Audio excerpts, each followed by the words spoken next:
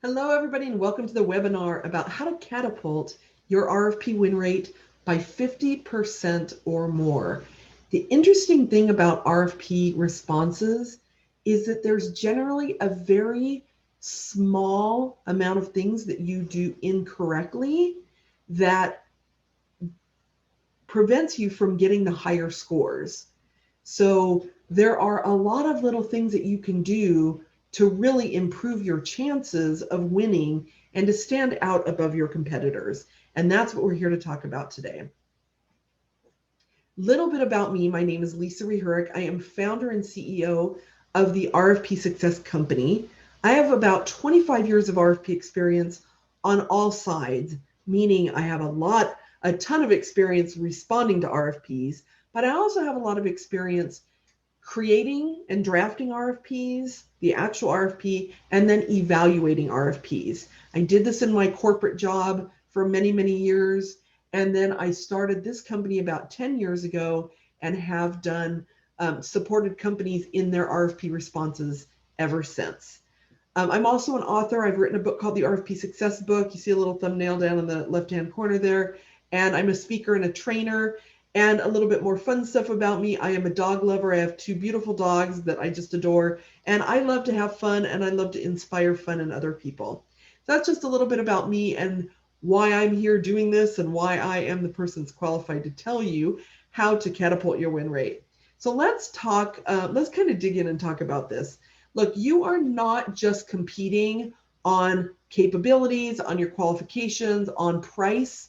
It used to be many years ago, I would say 5 to 10 years ago, there was a lot of competing just on price alone. People were, entities, agencies, organizations were buying on price alone, but they've gotten burned. And so a good portion of them are not doing that anymore. They want value they want value overall. So they might be looking for obviously best price, but they want value associated with that. And so maybe it's not the lowest price, maybe it's the second lowest, or maybe it's the highest price because the value showcases that it's worth it. So your job is not only to share your best price that you can share, but also to showcase the value that they're going to be getting for that price. But you're not just competing on these things. You can have all the capabilities in the world. You can have all the qualifications in the world. Your price can be right on point. But all your competitors are kind of doing the same thing. There's nobody bidding, well, rarely I should say, bidding on something where they don't have the capabilities or the qualifications. So what does that mean? Well, what it means is that you're competing for attention span. I'm going to let that sink in for a minute. You're competing for attention span because here's the deal. You've got human beings on the other side of that RFP response, reading responses. They're reading maybe 3 at the minimum, up to 10, up to 20 in some cases. And they're human beings. So you've got to overcome the fact that they are distracted, they're overworked, they're multitasking, they're maybe not even interested in the topic at hand. They're overstimulated because there's so much going on. And then, oh, by the way, at the recording of this, it is November of 2020. And so what a year we have had, right? Meaning we have had COVID and we have had the election, and there has been a lot of external stimulation, and there has been a lot to distract us, and there's been a lot to emotionally and mentally drain us. And so you've got these people that have all of this going on in their heads, and they're trying to decipher your response from somebody else's. It is not enough to just respond to the question in a very vanilla way. You've got to amp it up and show them what it's going to be like to work with you and how it's going to result in their life being easier in whatever way that looks like for them. You've got to think like a marketer, all right? Here's something that's really important that marketers pay a lot of attention to is that you've got 2 to 3 seconds to capture somebody's attention. That's it, 2 to 3 seconds. And I would argue that maybe it's 1 to 2 seconds these days. So it's not a lot of time, which means that you've got to come out of the gate with a punch. You can't start your sentences like, XYZ company was founded in 1870 for the purpose of yada, yada, yada, when they're asking you a question about your experience. You can't come out of the gate with, frankly, anything about you. You've got to come out of the gate with something that punches them between the eyes that they are going to pay attention to so that you capture their initial attention. Then people have an 8-second attention span, which means that then you've got to continue to keep their attention. 8 seconds, right? It's a selective attention span, much like a squirrel. The attention span of a squirrel is actually 1 second. But if they're focused on an acorn, then it becomes 4 seconds. So your job is to expand that 8 seconds and keep their attention throughout the life of your proposal. Some good news. This is really exciting. I love to share this because I think we can get weighed down a little bit too much sometimes in our RFP responses and feel like RFPs are so arduous and they're such a pain in the butt and they're such a hard barrier, right? But if you think about it from a sales perspective, a client needs 4 things for you to make a sale. Number 1, they've got to have a need or a want. Well, guess what? They've released an RFP, which means they have a need or a want. You can check that box off. A client also needs money in order for you to sell to them. Well, they're releasing an RFP, which means that they've got money. Might not be the money you want it to be, might not be the amount, but there is still money there. So they have a budget. All right. They also need to have a sense of urgency. And again, they are releasing an RFP. So there is somewhat of a sense of urgency. They are ready to buy now. So the beautiful thing is that when an RFP is released, you know that client, that potential client is ready to buy. The only job you have now is to build trust. So the 4th thing that a client needs is trust that you are the partner for them, that you have the solution that they need. And that is your whole goal. Obviously, you are going to answer the questions. Obviously, you're going to meet the requirements of that RFP. But if you think about it more as a trust building exercise, that is what you want to focus on. You want to focus on how everything that you write builds trust that you are the right solution and that you are going to be fantastic to work with. You don't want to bore. You do not want to bore them. You don't want to alienate them. You don't want to confuse them. When you've got these 3 things present, you will lose them. And maybe they'll give you moderate scores, but they're not going to pay attention enough to give you the exceed scores, those higher scores that you need, that you deserve, and that you need in order to win this bid. So you don't want to bore them, you don't want to alienate them, and you certainly don't want to confuse them. If they have to read something more than once, they're probably not going to do it unless you've already really captured their attention before they get to that point. So make sure that you're eliminating these 3 things. You want to really provide, this feels a little obvious, but it's not. The thing is that we look at so many RFPs in a year, and we review a lot of prior RFPs for people when we do audits. We review draft proposals for people, and we see this all the time, no matter how seasoned they are, no matter how big their proposal team is, small, large, seasoned, unseasoned. This is why I have to make this statement, because we see that this is not being done. You've got to provide relevant, engaging content that features great stories, highly compelling visuals, and proof that your solution is the best solution. It is not enough to just say, we provide the best solution. You can't do that. They need proof. They want proof. They need proof. They're craving proof. So give it to them. So I want to share with you 8 steps. We call it the standout, because what you want to do is you want to stand out without the shout out. We don't want you to have to stand on the mountaintops and talk about how great you are. That is not what the evaluators want. They want you to stand out, but they don't want you to be shouting it out. So we're going to share these 8 steps here that you can do. I'm going to go through each one of them individually that spell out the acronym standouts. A little hard to remember because it's kind of long, but it puts it into an organized process here for you. So let's go through each one. The first one is all about sharing successes. When you're building trust, you want to share successes because that builds trust in them. It's one thing for you to tell them, we're really great, here's what we do, here's all the fantastic things we do. But once you tie it to another client and give them a story or a case study around a success that you've already had, it's something that they can feel and touch and see. They'll visualize it. They can sink their teeth into it. It makes it more real for them, and it builds tremendous amounts of trust. So the way you want to do that is you want to include case studies. And let me just tell you, when you're including case studies, please make sure to include the results or the outcome.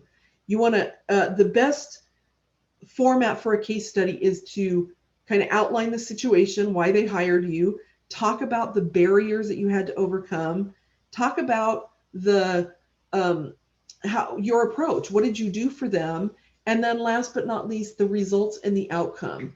And you need that results and outcome to be quantifiable. What specifically did the client get out of that engagement with you, and how did it make them better?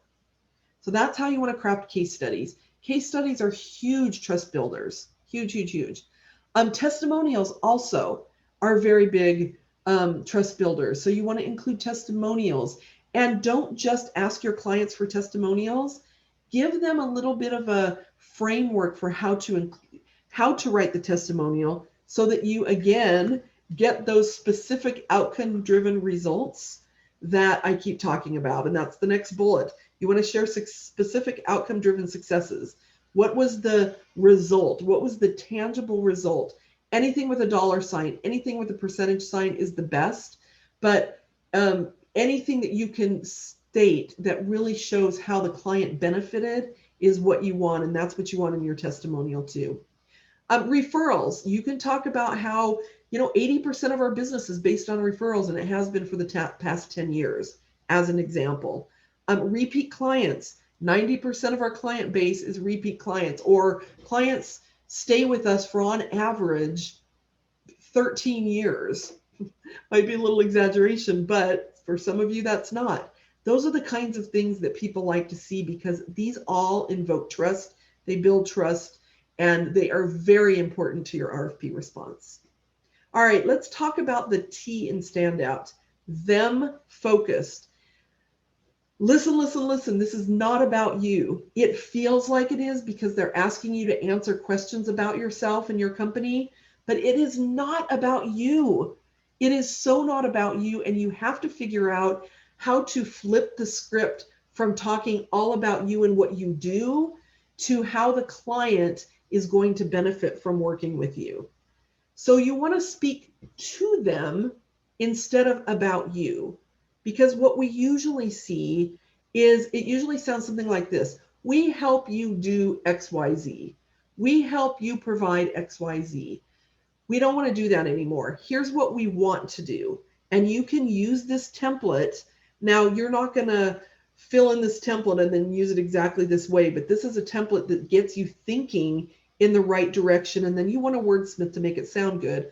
But basically, you want to lead with the client. So ABC company can reduce their whatever their benefit, whatever they need, whatever outcome they need, maybe reduce turnover by working with us too. So you'll see that this template is a little bit, you're going to have to massage it a little bit, but this is going to get you moving in the right direction for flipping the switch, flipping the script so that the client comes first. And then again, you want to end it with a very nice metric. Okay, so you're going to show them some proof then, and then you're going to give them a metric. So do this wherever you can. Now, you're not going to, obviously, you can't do this throughout the entire thing, but where there are high evaluation points and you really need to get a point across to them, this is how you want to be focused instead of talking all about you. Attention grabbing. Everything we're talking about here is meant to be attention grabbing, but there are certain things that you need to really think about. 79% of people scan versus read. And if you think about that just in the context of reading one thing, you've got these evaluators who are reading Again, 3 to 7 to 10 to 12 of these RFP responses that could be anywhere from 10 pages to 300 pages.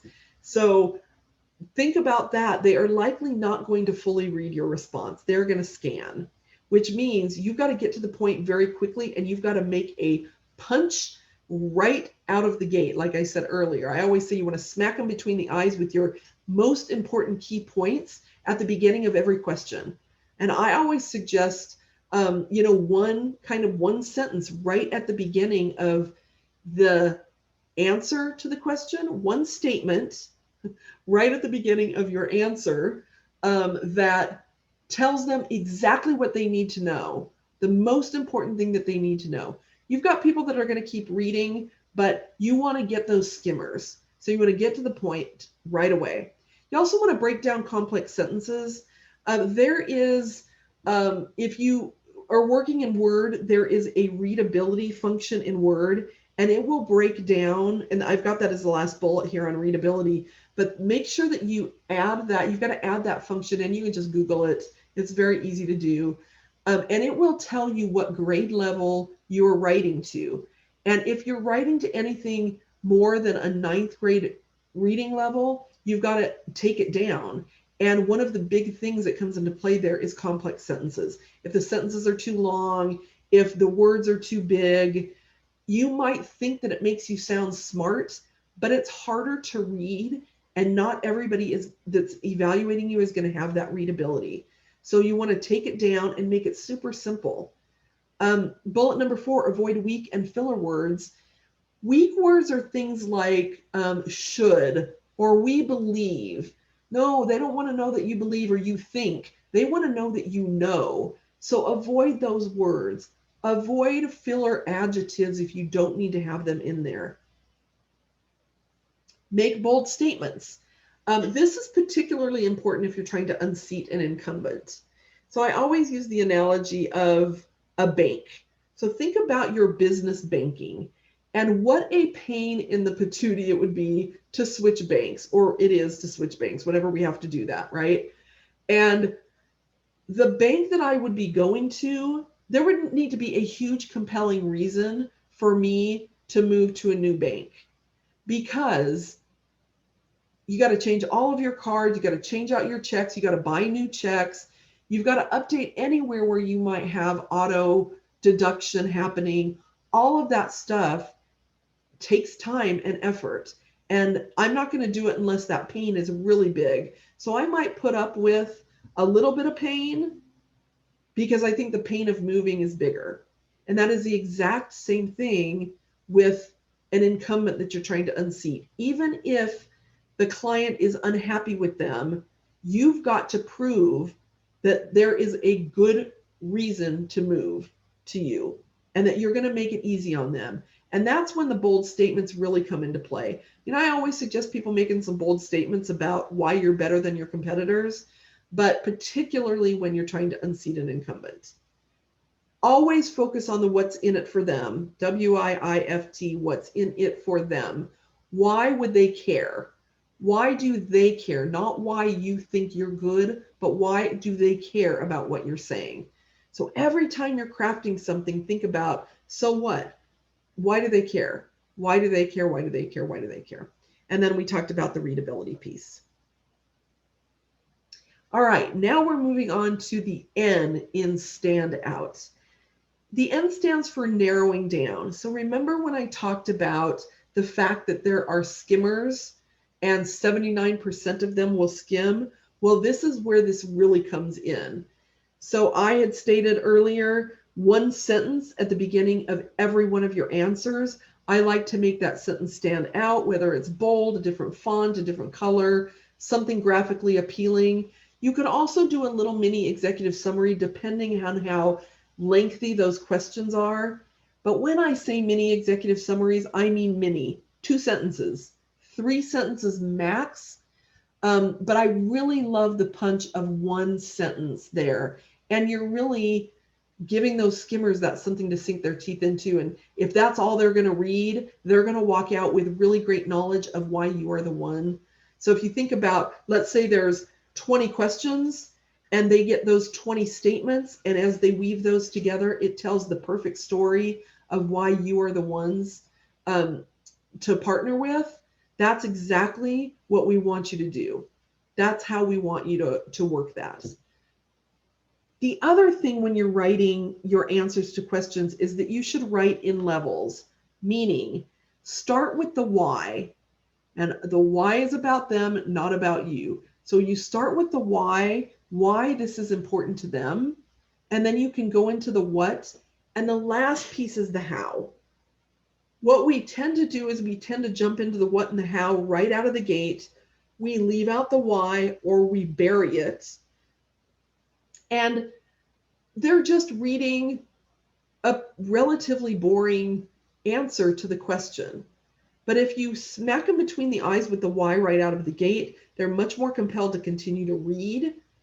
And the ones that really want to know the how, not everybody's going to care, but there are people that really want to know, it's there for them. But most people don't care about the how, they care mostly about the why. I've already talked about getting to the point. Get to the point, get to the point, get to the point, and stick to the question at hand. So this is one of the biggest mistakes that we hear people make, is that they don't answer the question and that they go on and on and on about all sorts of stuff that do not even relate back to the question that was asked. So stick to the question at hand, get to the point with that particular question. Yes, you can add a little bit of value add if it relates back to how you do things a little bit different or what you might want to discuss in the future with them. But your job is to win this RFP. You can upsell them later. So don't try to put so many bells and whistles in. Get the job at hand, and then you can sell more later. But stick to the question at hand so you can get the job that they are asking for, and you don't muddy the waters with all sorts of stuff that they're not asking for. Here's a couple of examples also that you can see when I talk about kind of that little mini executive summary. So the question was, describe your transition plan. And here's one of the suggestions that we made, which was give them a very short answer with the step 1, 2, and 3. One sentence, if even, maybe just 4 or 5 words would be best in those steps. And then we go into further detail on each of these steps below. So that is how you can kind of organize this so that the detail of those steps is at the bottom of the question and you highlight and summarize at the beginning. The second one is describe your ability, capacity, and skill to perform the contract. And when we look at this one, there's really 3 questions that they're asking for. Even though we can look at these 3, and most people do look at these 3 as one and the same, ability, capacity, and skill, but they really are different. And they are separating them for a reason. So I would always separate them in the answer. And you can see here, we have highlighted again in the answer at a high level in these bullets, and then we detail in more detail below. So it's a really great way to organize your questions so that they can follow along. The skimmers get what they need, but your more detail-oriented people also get what they need. All right, moving on to the D in standout, which is duplication. And this is something that feels really unnatural. So I want to chat with you about why this is so important. The average person needs to hear something 5 to 7 times before it really sinks in. 5 to 7 times.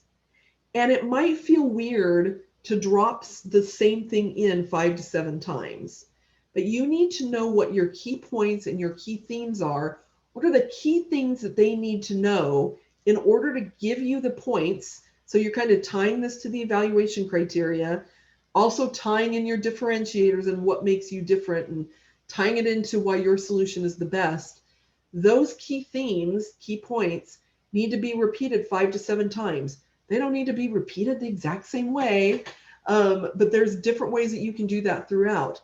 The other thing that you need to keep in mind is, depending on how the RFP is organized, sometimes there might be main sections, and those sections get parsed out to different evaluators, which means that you need to include those key points 5 to 7 times in each of those sections. I'm talking about bigger proposals where you've probably got like, a good 50, 75 pages in one section. Make sure you've got those points sprinkled throughout so that, again, if they parse it out to different evaluators, you've got it covered. Okay, the O in standout, optical, which is really visual, but of course I needed an O, so there you have it. These are some really great statistics. Look at this. 90% of information transmitted to the brain is visual. Visual, visual, visual. And visuals are processed 60,000 times faster than text. Whew, that's big, you guys. And 65% of the population are visual learners. So all of this tells us that you need to have a lot of visuals in your proposal.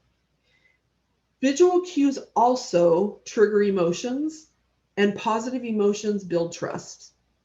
So you need those visuals to trigger those positive emotions, to continue to build that trust that you're working so hard to build through all of these different avenues that I'm talking about here. But the thing is with visuals is that we tend to think about them as a second thought.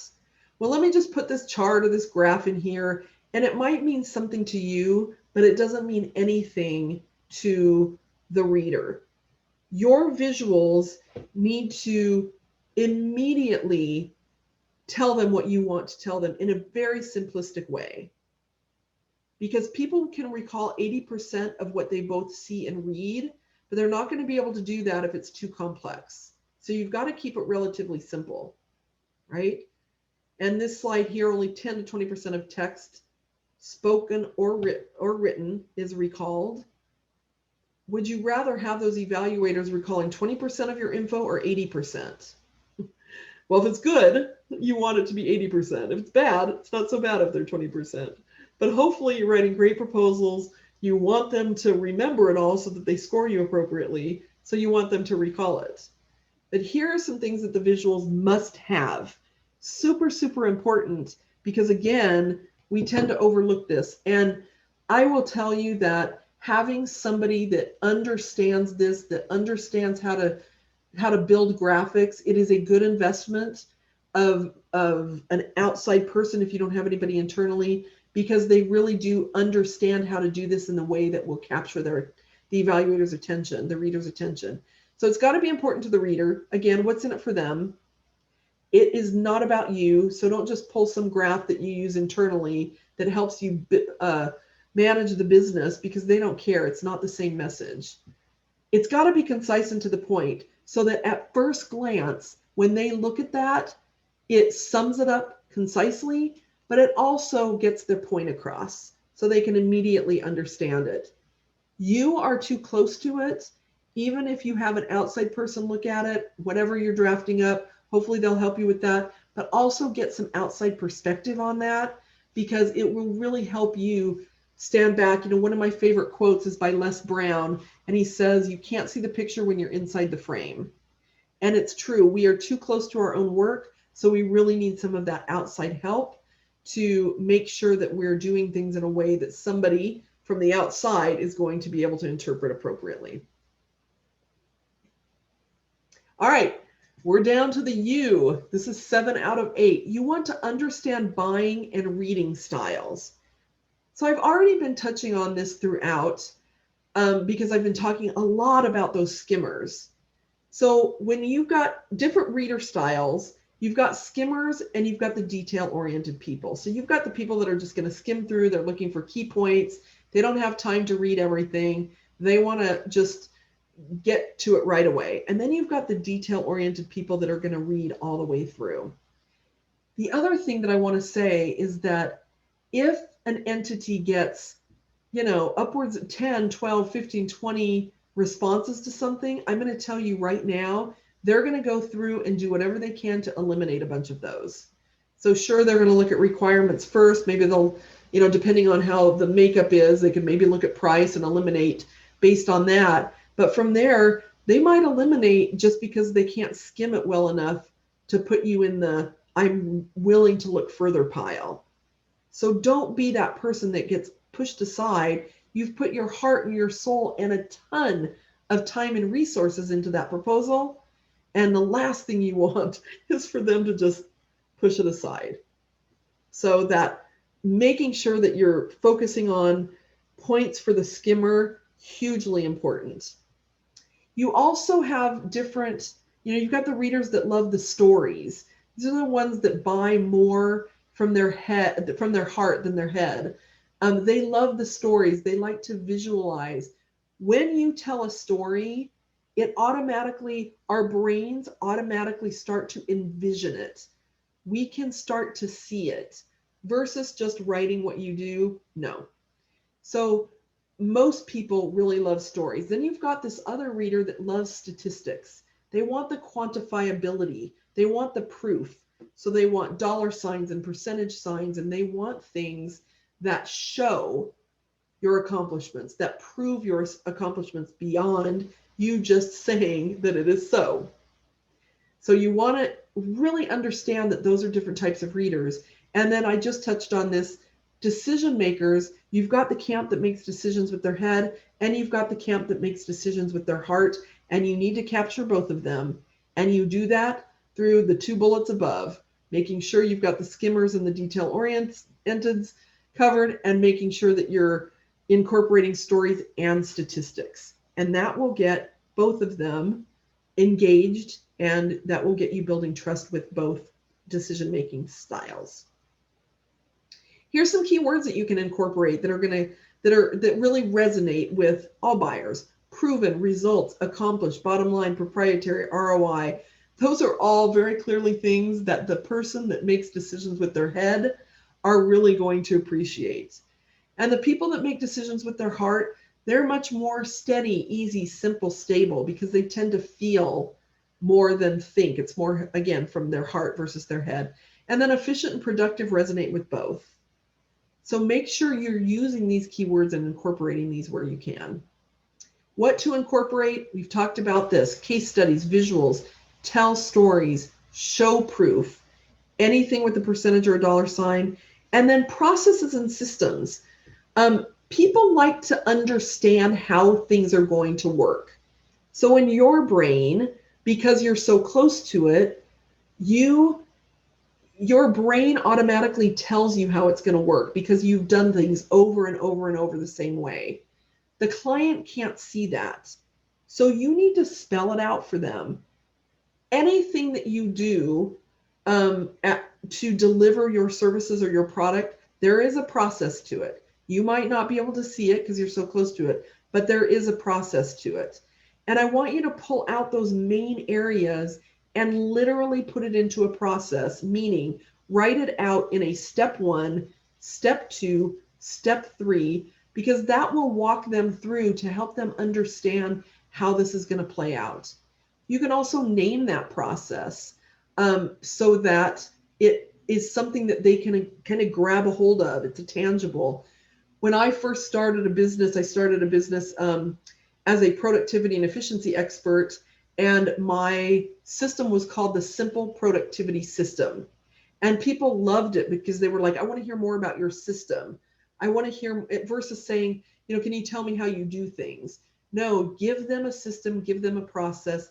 It builds trust because, again, it makes them feel like they can see how it's going to be, how it's going to work, and they love that. All right, last but not least, tell stories. Talked about this several times throughout this. You want to get to the emotion. That's what stories do. Again, it helps them visualize what it's going to be like to work with you. And it gives them a little bit of personality, frankly. We used to be so buttoned up and stringent in how we responded to RFPs, but I think that the buyers are getting more savvy and they want to feel your personality. They want to get to know you a little bit, especially if they don't know you. So don't be afraid to put a little personality into those stories. Make sure you include outcomes because the outcome is what they care the most about. Sure, they care about the journey, but the outcome is what they're going to be able to resonate with. Include challenges.